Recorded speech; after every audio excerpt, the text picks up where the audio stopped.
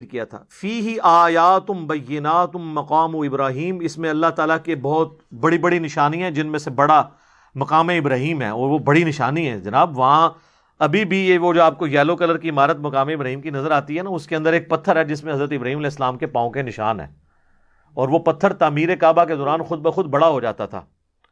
55 fit اونچی عمارت ہے، اور پھر اینڈ پہ برکت کے طور پر اس نے اپنے سینے میں حضرت ابراہیم علیہ السلام کے پاؤں کے نشان لے لیے میں، اور وہ ایک قیامت تک کے لیے ایک روشن نشانی ہے اللہ کی۔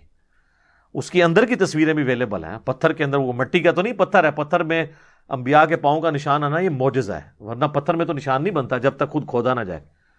تو وہ پتھر موم ہو گیا ان کے لیے، جسے قرآن میں آتا ہے کہ ہم نے لوہا نرم کر دیا تھا داؤد کے ہاتھ میں، وہ زرہ بناتے تھے۔ داؤد علیہ السلام کو لوہے کی زرہ بنانے کے لیے کوئی انگیٹھی نہیں چلانی پڑتی تھی، وہ آٹے کی طرح گوندھ لیتے تھے اس کو۔ جناب اللہ کے کام ہے نا، اللہ جس کے لیے نرم کر دے۔ وَمَن دَخَلَهُ كَانَ آمِنًا، جو کعبے میں داخل ہو گیا وہ امن والا ہو گیا۔ اور یہ اتنا بڑا یونیورسل ٹروتھ ہے کہ مشرکین عرب بھی اگر اپنے باپ کا قاتل بھی کعبے کے اندر دیکھ لیتے تھے نا، اس سے بدلہ نہیں لیتے تھے، وہ کہتے تھے یہاں تلوار اٹھانا منع ہے، اس چیز کو اسٹرکٹلی فالو کرتے تھے۔ جیسے ہمارے لوگ جو ہیں وہ مزار میں جب جاتے ہیں جوتیاں اتار کے جاتے ہیں اور واپس ہی الٹے قدم آتے ہیں۔ یہ لادہ بات ہے کہ مسجد میں الٹے قدم نہیں آتے، مسجد میں کعبے کو پیٹ کر کے باہر نکلتے ہیں، مزار والے بابے کو نہیں پیٹ کر کے نکلتے۔ آپ کمپیریزن دیکھ لیں تو بابے کو انہوں نے کعبے سے اوپر ہی رکھا ہوا ہے، دونوں ہی غلط ہے، پیٹ کرنے والا کوئی مسئلہ نہیں ہے۔ بخاری مسلم میں کہ یہ حدیث ہے کہ نبی علیہ السلام کے بعد جب صحابہ آتے تھے وہ بھی اس میں الفاظ ہیں کہ وہ صحابی آیا اور پھر مڑا تو پیٹ کر کے جاتے تھے، اس میں کون سی گستاخی ہو جاتی ہے؟ ایک نیچرل پروسیس ہے، کبھی نہیں ہوا کہ نبی علیہ السلام کو مل کے تو الٹے قدم واپس جا رہا ہو۔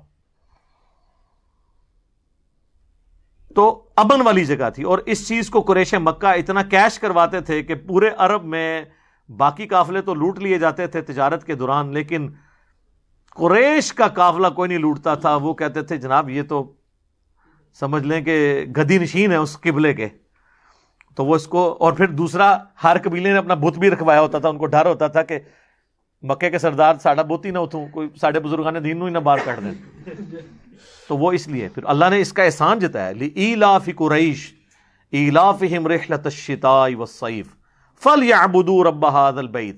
اور اس گھر کا صدقہ کھا رہے ہو تو اس گھر کے مالک کی عبادت بھی تو کرو نا، اس کو بتوں سے پاک کرو۔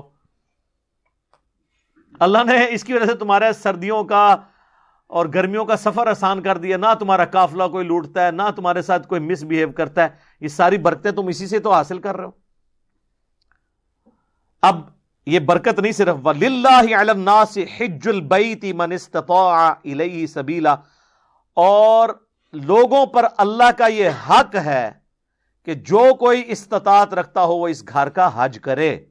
وَمَنْ كَفَرَ، اور جو کفر کی روش اختیار کرے گا فَإِنَّ اللَّهَ غَنِيٌّ عَنِ الْعَالَمِينَ، تو اللہ تعالیٰ یاد رکھو تمام جہان والوں سے بے پرواہ ہے، اسے کوئی ٹینشن نہیں ہے کہ کوئی حج کرنے آیا ہے نہیں آیا، کوئی نماز پڑھ رہا ہے نہیں پڑھ رہا، اس کا کوئی لینا دینا نہیں اس کے ساتھ، یہ جو کچھ کرنا ہے تم نے اپنے لیے کرنا ہے۔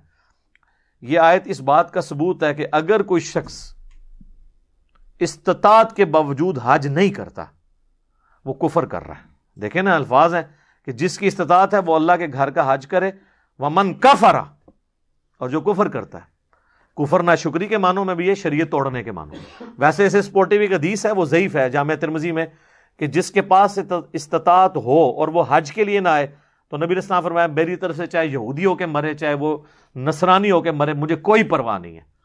وہ حدیث اصول محدثین پہ ضعیف ہے جامع ترمذی کی، لیکن اس آیت کی وجہ سے سپورٹیو ہو جاتی ہے۔ یہ آیت تو بڑی چیز ہے نا، کہ جس کے پاس استطاعت ہے وہ حج کرے، اور جو بے پرواہی کی روش اختیار کرے گا، حج نہیں کرے گا، اللہ تعالیٰ پھر بے پرواہ ہے اس سے۔ استطاعت یہ ہے کہ آپ کے پاس اتنا خرچہ ہو کہ آپ حج کے لیے جا سکیں، اور پیچھے اتنا دے جائیں کہ وہ اتنا عرصہ کے لیے گزارا کر لیں، اور پھر آپ واپس آ جائیں۔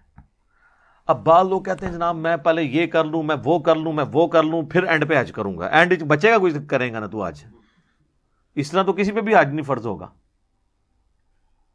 استطاعت ہوتی ہے، لوگ اتنے امیر، بعض لوگ دکان بند کرنے کے لیے تیار نہیں ہوتے، جی بس یہ بچے بڑے ہو جانے سنبھالن گے تو پھر میں ویلا ہو جاؤں گا. پھر تو ویلا کسی کام دا نہیں ہونا، ہوں تو اتنے جانا ہے.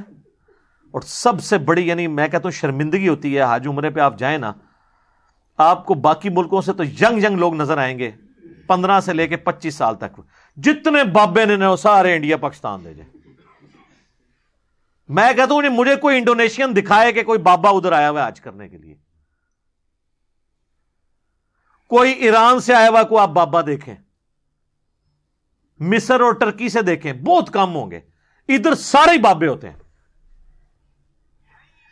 یہ ایٹیچیوڈ بالکل غلط ہے، یعنی اللہ کو سیریس لیں. اور میں آپ کو بتاؤں یہ تو اللہ کی طرف سے کتنی بڑی آزمائش آ گئی. اب تو لوگ کئی میرے اپنے جاننے والے ہیں جن کو پیچھے میں پڑا ہوا تھا کہ یار حج کرو حج کرو، اب جہاں مصیبت پڑ گئی یہ کورونا والی، اب وہ روتے ہیں کہ جی اللہ کو کیا منہ دکھائیں گے، ہمارے پاس چانس تھا، پیسے تھے، ہم نے نہیں اس وقت حج کیا، اب کرنا چاہ رہے ہیں.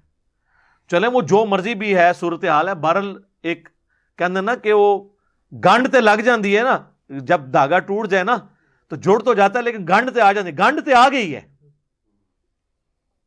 ٹھیک ہے جو بھی ہے اللہ کے سامنے آپ یہ بہانہ کر سکتے ہیں کہ وہ سعودی حکومت نے نہیں آنے دیا یہ وہ، لیکن آگے یہ سوال ہوگا کہ پہلے کتنے مریاس ہیں، پھر کیا کرو گے؟